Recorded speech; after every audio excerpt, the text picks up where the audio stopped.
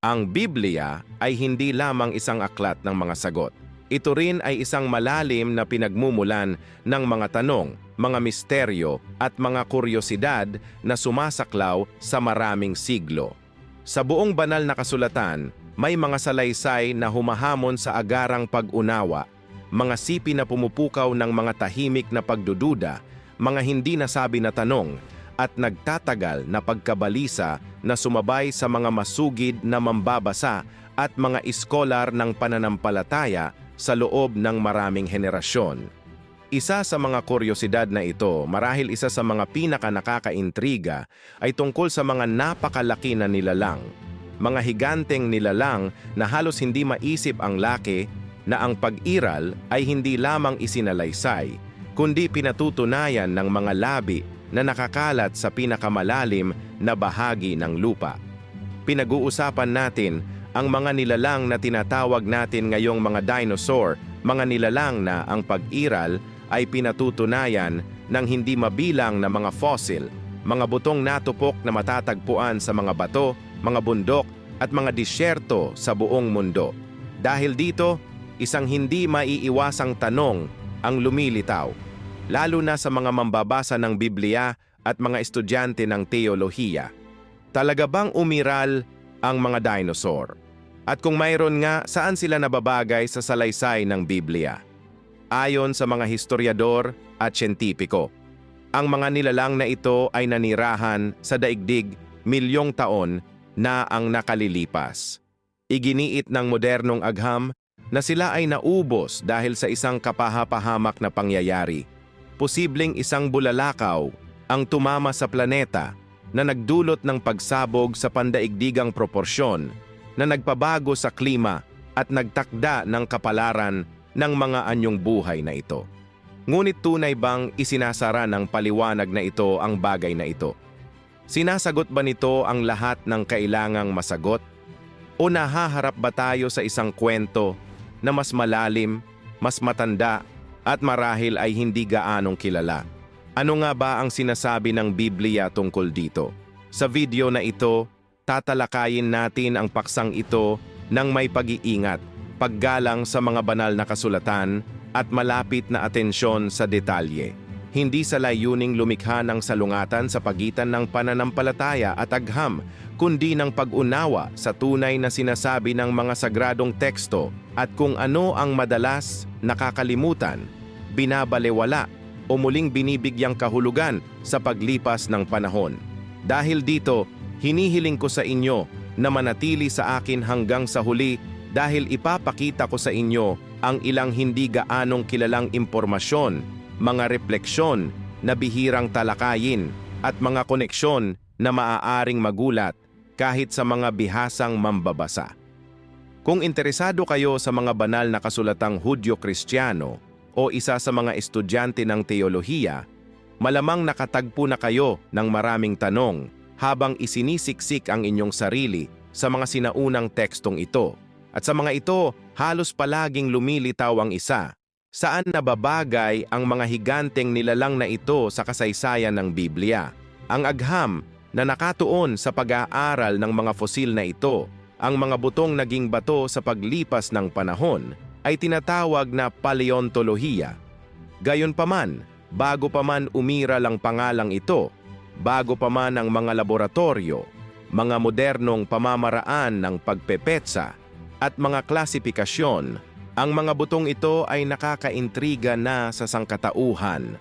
Noong Middle Ages, nang ang mga naturang labi ay hindi sinasadyang natuklasan, marami ang naniniwala na ang mga ito ay mga buto ng mga dragon, mga nilalang na katulad ng mga inilarawan sa medyebal na mitolohiyang Europeo at gayon din sa mga sinaunang tradisyong Tsino. Mga ahas na may pakpak, napakalaking mga nilalang, ang ilan ay inilarawan bilang humihinga ng apoy o namumuno sa kalangitan at ng mga dagat. Ang mga natuklasang ito ay nagpasigla sa imahinasyon ng mga manunulat, mga kroniko at buong mga tao. Ngunit marahil ay hindi lamang sila produkto ng imahinasyon. Dahil dito, ang tanong ay muling lumilitaw.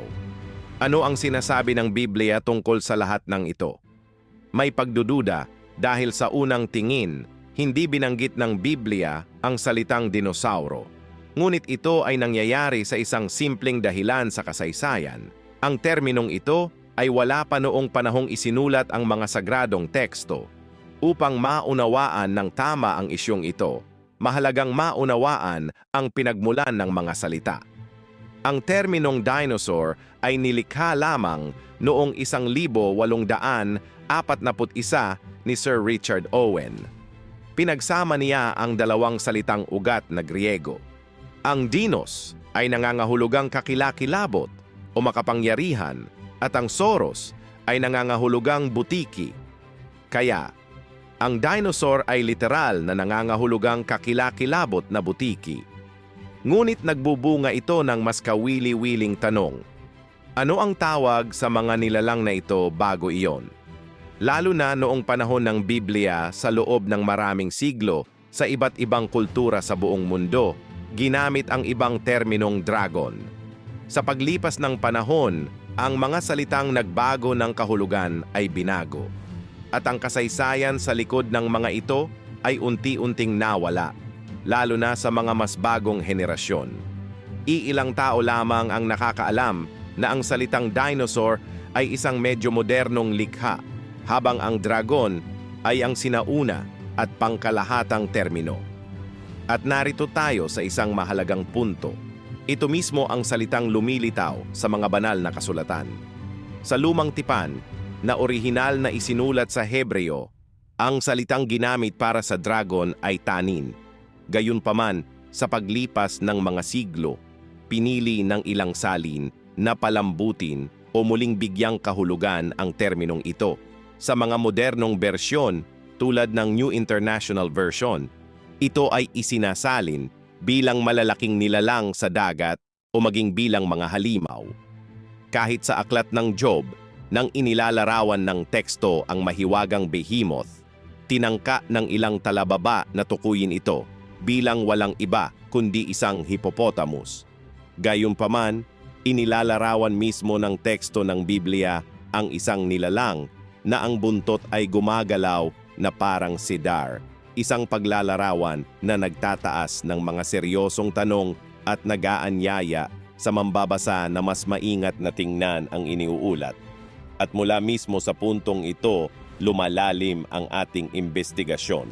Sinasabi ng mga historiador na ang mga dinosaur ay nanirahan sa ating planeta humigit kumulang 233 milyong taon na ang nakalilipas.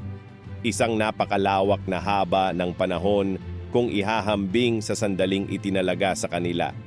Ang malaking distansyang ito sa pagitan ng pag-iral ng mga nilalang na ito at ang pangalang natanggap nila ay nagbabangon sa mismo ng isang mahalagang tanong tungkol sa kung paano sila naunawaan at inilarawan noong nakaraan.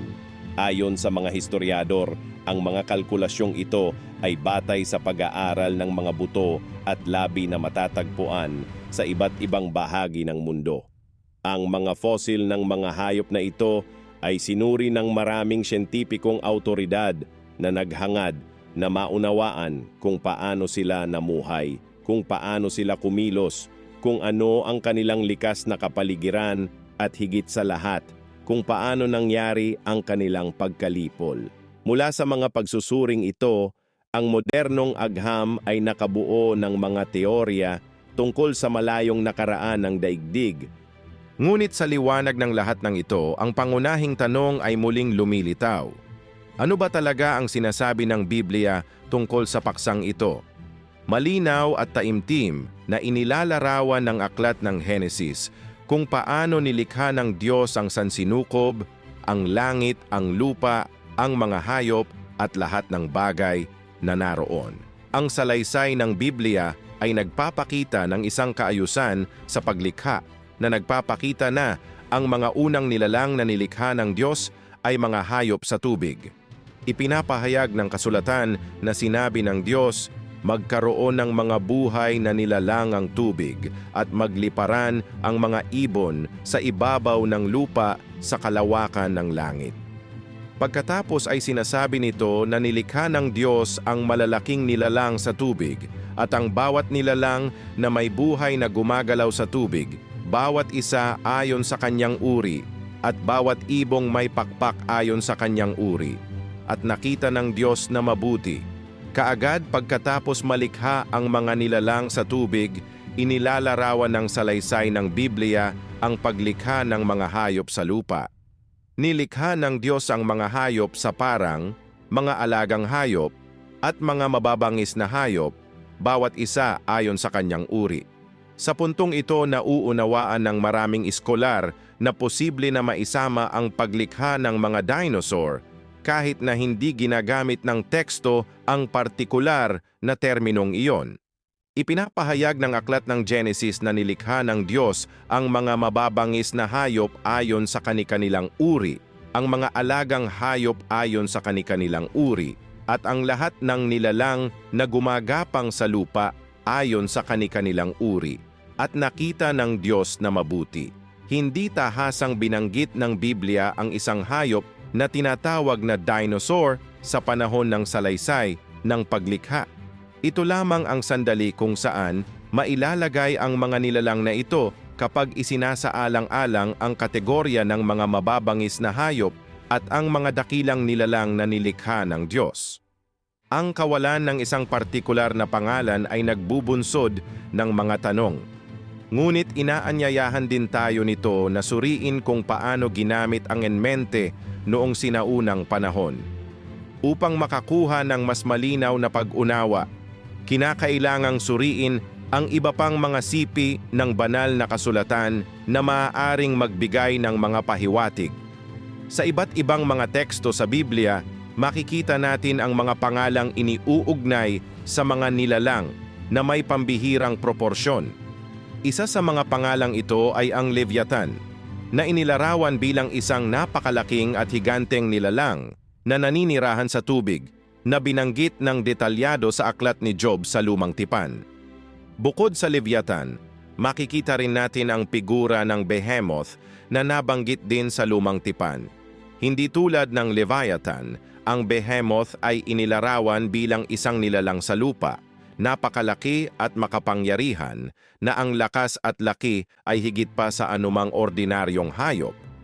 Ayon sa iba't ibang iskolar, ang mga dinosaur ay kinabibilangan ng parehong naninirahan sa lupa at sa tubig na uri na nagiging sanhi ng pagkakatugma ng mga paglalarawang ito sa Biblia kahit man lang sa isang bahagi sa kung ano ang kinikilala ng agham ngayon bilang malalaking sinaunang reptilya.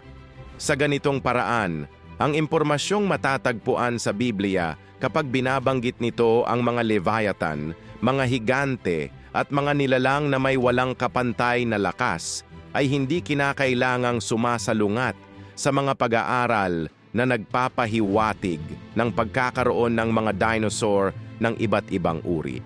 Mahalagang tandaan na ang terminong dinosaur ay lumitaw lamang noong ika-19 na siglo at literal na nangangahulugang kakilakilabot na butiki o makapangyarihang butiki, na nagpapatibay sa ideya na ang mga nilalang na ito ay mga reptilya na umabot sa pagkalaki-laking sukat. Ang mga sinaunang tradisyong Hudyo, lalo na ang mga napreserba sa aklat ng Job, ay lalong nagpapalalim sa temang ito pa. Dahil dito, titingnan natin ngayon ng maingat ang isa sa mga pinakanakakaintrigang sipi sa banal na kasulatan. Sa Job 40, talata 15 hanggang 24, makikita natin ang isang detalyadong paglalarawan ng Behemoth. Sinasabi ng teksto, "Masdan mo ngayon, Behemoth, na aking nilikha kasama mo. Siya'y kumakain ng damo na parang baka. Narito, ang kaniyang lakas ay nasa kaniyang balakang, at ang kaniyang kapangyarihan ay nasa mga kalamnan ng kaniyang tiyan. Kung kailan niya naisin, kaniyang iginagalaw ang kaniyang buntot na parang sedro. Ang mga buto ng kaniyang mga hita ay mahigpit na magkakaugnay. Ang kaniyang mga buto ay mga tubo na tanso. Ang kaniyang mga paat kamay ay mga baras na bakal." Sa mga talatang ito, ating napapansin ang mga kapansin-pansing katangian. napakalaking lakas, mga butong inilarawan bilang metal, malakas na kalamnan, at higit sa lahat, ang isang buntot kumpara sa isang sedro, isang malaki at matibay na puno. Ang paglalarawang ito ay hindi madaling magkasya sa anumang hayop na kilala sa modernong mundo. Ngunit ito ay halos kapareho sa isang nakakagulat na paraan ng imahe ng isang malaking dinosaurus na kumakain ng halaman tulad ng isang titalaor. Sa makatuwid, binabanggit nga ng Biblia ang mga nilalang na akmang-akma sa tinatawag nating mga dinosaur ngayon. Sa pamamagitan ng maingat na pagsusuri sa mga talatang nabanggit, nakikita natin na ang teksto ng Biblia ay naglalarawan ng detalyado sa lakas ng nilalang na ito. Itinatampok ang kapangyarihang nakatuon sa mga kalamnan ng tiyan nito, ang tibay ng balakang nito, ang kahangahangang istruktura ng katawan nito, at higit sa lahat, ang buntot nito kumpara sa isang napakalaking cedar. Ang paglalarawang ito ay hindi tumutugma sa anumang karaniwang hayop na kilala ngayon, ngunit kahanga-hanga ang pagkakatugma sa anatomiya ng isang malaking dinosauro. Inihahayag din ng teksto na ang nilalang na ito ay kumakain ng halaman, kumakain ng damo tulad ng isang baka, na lalo pang nagpapatibay sa kaugnayang ito. Sa talata 18, mababasa natin na ang mga buto nito ay kumpara sa mga tubo ng tanso at ang mga paa nito sa mga baras ng bakal. Isang metapora na nagbibigay diin sa densidad, lakas at estruktural na katatagan ng napakalaking hayop na ito, na nagmumungkahi ng isang napakatibay na balangkas na naaayon sa mga nilalang na may napakalaking proporsyon. Mula sa mga talata 19 hanggang 24, ang Behemoth ay inihaharap bilang isang tunay na obra maestra ng mga paraan ng Diyos. Isinasaad ng teksto na tumatanggap ito ng pastulan sa mga bundok kung saan ang lahat ng mga hayop sa bundok ay maaaring makahanap ng pahinga. Isang eksena na nagpapakita ng katahimikan, pagkontrol sa kapaligiran nito at isang mahinahong pag-uugali sa kabila ng walang kapantay nitong lakas. Sinasabi pa ng salaysay na ang hayop na ito ay kayang uminom ng napakaraming tubig na ang isang ilog ay tila walang halaga sa harap nito, na parang hindi ito ginagambala kahit na umaapaw ang tubig. Pinatitibay ng imaheng ito ang ideya ng isang nilalang na may pambihirang laki at tibay. Sa talata 24, binibigyang diin ng teksto na walang paraan upang mahuli o malupig ito, na itinatampok ang kamahalan, kahusayan at kawalang tatag nito sa harap ng sangkatauhan. Ang paglalarawan ng Behemoth sa aklat ni Job ay may kapansin-pansing pagkakahawig sa isang titanosaur, isang uri ng dinosaurong kumakain ng halaman na kilala sa pagkalaki-laki, napakakapal na buto, at mahaba at malakas na buntot. Ang paghahambing ng buntot nito sa isang cedar, isang puno na sumisimbolo ng lakas at katatagan, ay akma ng may kahangahangang katumpakan sa mga katangian ng mga sinaunang higanteng ito. Sa ganitong paraan, ang hayop na nabanggit sa mga banal na kasulatan ay maaaring maunawaan bilang isang uri ng dinosauro na nilikha mismo ng Diyos, na nagpapakita ng pagkakasundo sa pagitan ng salaysay ng Biblia at mga pag-aaral na nagtuturo sa pagkakaroon ng mga nilalang na ito sa malayong nakaraan ng mundo. Malayo sa pagiging hindi magkatugma, ang mga tala na ito ay maaaring makita bilang mga sinaunang paglalarawan ng mga katotohanan na hinahangad ng agham ngayon na maunawaan sa pamamagitan ng iba't ibang paraan. Kapag sinusuri natin ang kahulugan ng pangalang Behemoth, makakakita tayo ng mas maraming elementong nagpapakita. Ang terminong Behemoth na nagmula sa Hebreo ay nagmula sa salita para sa hayop, at sa pinalawak na kahulugan nito ay nangangahulugang malaking hayop o napakalaking hayop. Sa konteksto ng Hebreo at Phoenician, ang termino ay nagdadala ng ideya ng isang bagay na napakalaki, na may pambihirang proporsyon. Sa Aramaic, ang kahulugan ay magkatulad. na nagpapatibay sa imahe ng isang napakalaki, makapangyarihan, at kahangahangang nilalang. Sa makatuwid, ang behemoth ay hindi tumutukoy sa isang ordinaryong hayop, kundi sa isang bagay na napakalawak, nangingibabaw at lampas sa mga kilalang pamantayan. Ang aklat ng Job ay nagdadala sa atin sa isang malinaw na konklusyon sa loob ng balangkas na ito ng interpretasyon. Ang mga dinosaur ay umiral. Higit pa riyan, ang teksto mismo ay nagmumungkahi na noong nilikha ng Diyos ang mga dinosaur, nilikha rin niya ang sangkatauhan. Nang sabihin ng Diyos kay Job, masdan ang behemoth na aking nilikha kasama mo. Ang pahayag ay nagpapahiwatig na ang nilalang na ito ay ginawa sa parehong panahon ng paglikha ng tao. Sa Biblia, ito ay nagmumungkahi na ang mga tao at mga dinosaur ay magkasamang umiral sa isang punto sa kasaysayan ng paglikha. Gayunpaman, isang mahalagang obserbasyon ang dapat gawin. Hindi lahat ng uri ng mga dinosaur ay kinakailangang umiral mula pa noong panahon ni Adan. Ang ilang baryasyon ay maaaring lumitaw kalaunan sa pamamagitan ng mga proseso ng adaptasyon, pagsasanib at pagsasama-sama, isang paksang ipapaliwanag pa sa hinaharap. Ang isa pang kawili-wiling paniniwala tungkol sa behemoth ay walang direktang pagbanggit sa pagpasok nito sa arka ni Noe. Kung ang partikular na nilalang na ito ay napreserba sa arka, ang terminong behemoth ay malamang na lumitaw sa salaysay ng baha. Ang kawalan ng ganitong referensya ay nagtutulak sa ilan na maghinuha na ang behemoth o kahit papaano ay ang higanteng uri ng dinosaur na ito ay nakaligtas sa baha sa ibang paraan o naubos pagkatapos ng pangyayaring iyon.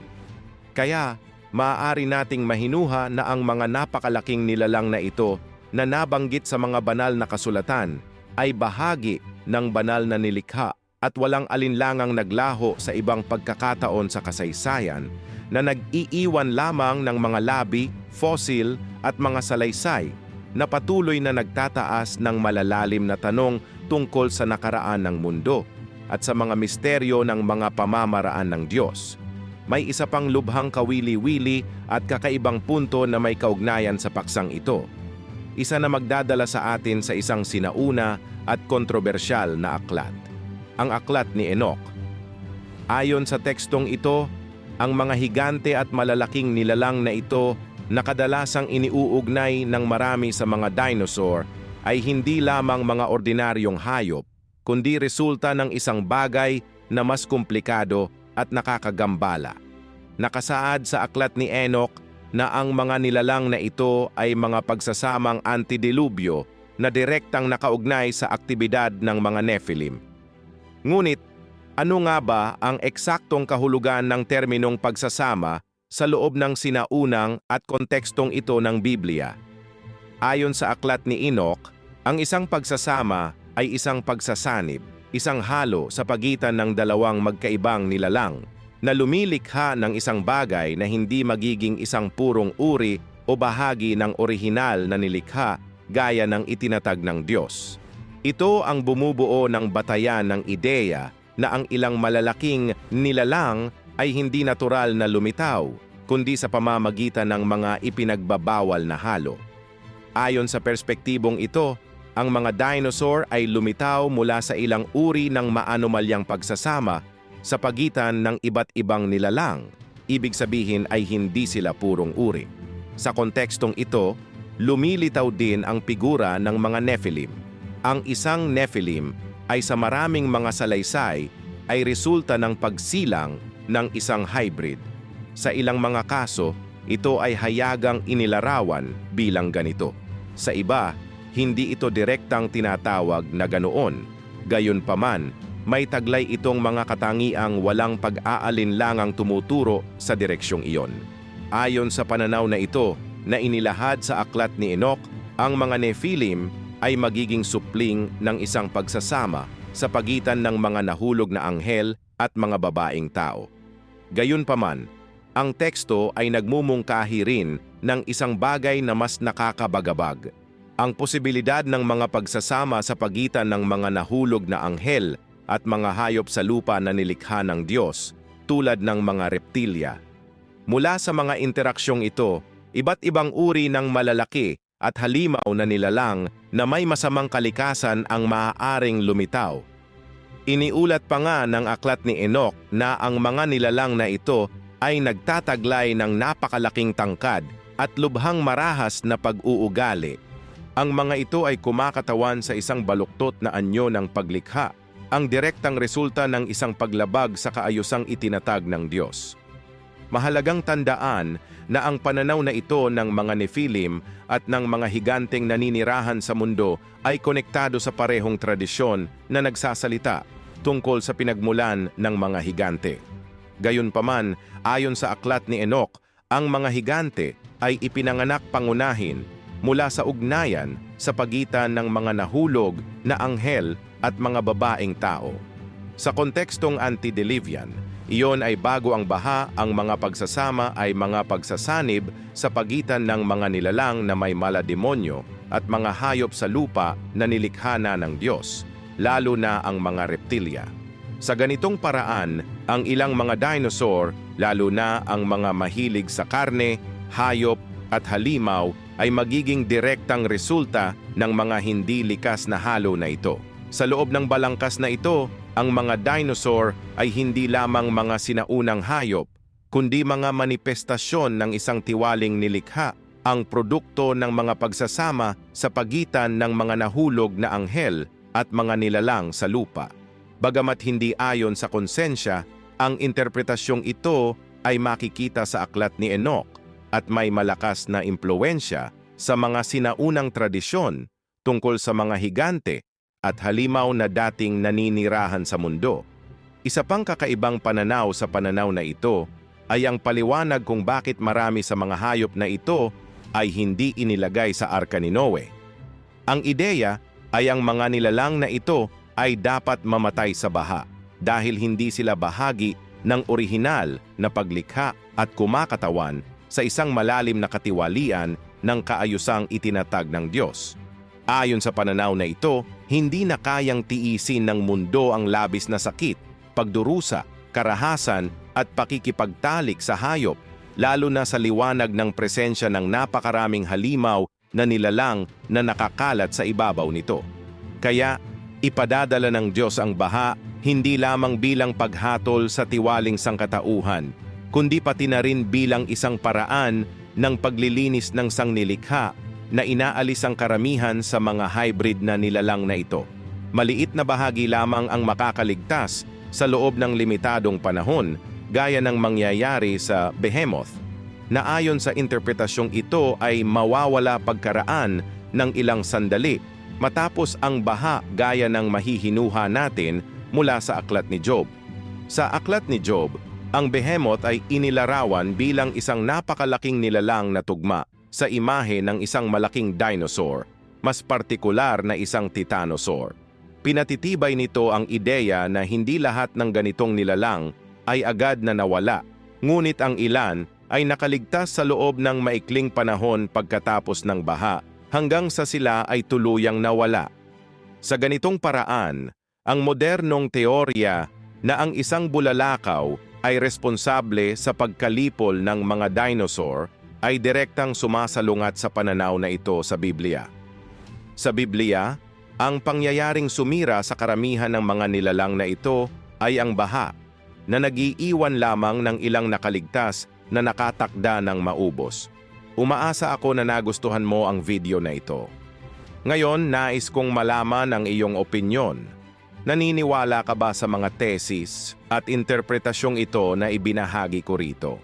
Ang mga dinosaur ay tunay ngang kahanga-hanga at higanteng mga nilalang na nanirahan sa sinaunang mundo. Iwanan din ang inyong mga saloobin tungkol sa paksang ito sa mga komento. Ang totoo ay umiral ang mga dinosaur at ang higanteng inilarawan sa mga banal na kasulatan ay akma sa imahe ng isang titanosaur. Sa lalong madaling panahon ay babalik tayo na may mas malalim na mga pagninilay sa mga misteryo ng paglikha. Magkita-kita tayo muli.